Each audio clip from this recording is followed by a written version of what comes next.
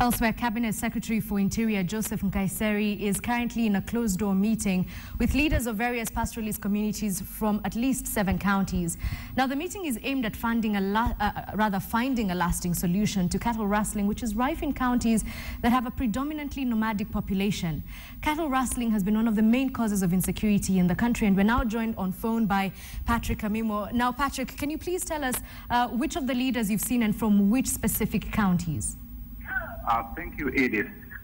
This particular forum has been convened by the CS Interior, as you rightly put it, and it's involving leaders, both parliamentarians from the National Assembly, those from the Senate, and those from the County Assembly, which are now represented by the governor. The counties represented here are Baringo, West Pokot, Samburu, Turkana, Isiolo, Marsabit, and Laikipia.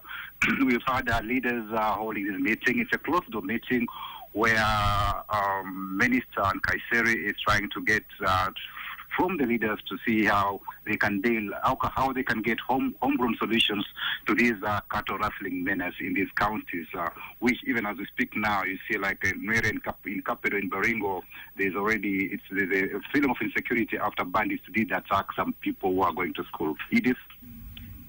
All right. Now, Patrick Amimo, this is the first time we're seeing a CS in charge of Interior sitting down to discuss cattle rustling. Why is this happening now?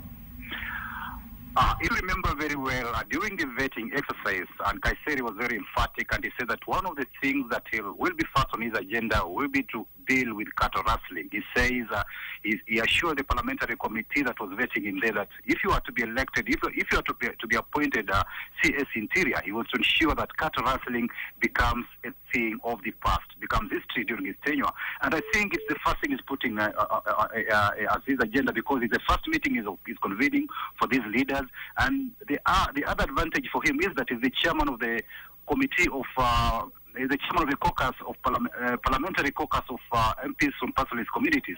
So this also gives him an edge. And during their in-house, in the cross-meeting sessions, I think he'll get an idea from these leaders on how they should end this problem once and for all, because it's been persisting. And you remember, even during the last regime of President Mwai Kibaki, cattle rustling was an issue, and it's persisting in this Jubilee regime. So I think they have to be. He's going to tell leaders that they must find a lasting solution to this menace and address other development matters in this particular county, so as to come at par with other areas of the country. And this is the thing that the Minister Nkaissery will be pushing down to leaders to find a solution to. It is.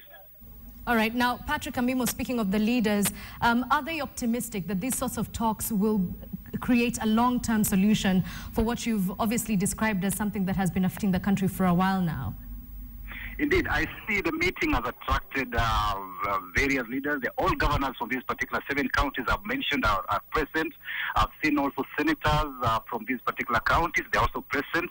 Also now quite a number of elected MPs from Turkana, West Pokot, Samburu, Isiolo, Marsabit. They are here present, and they are making their contributions.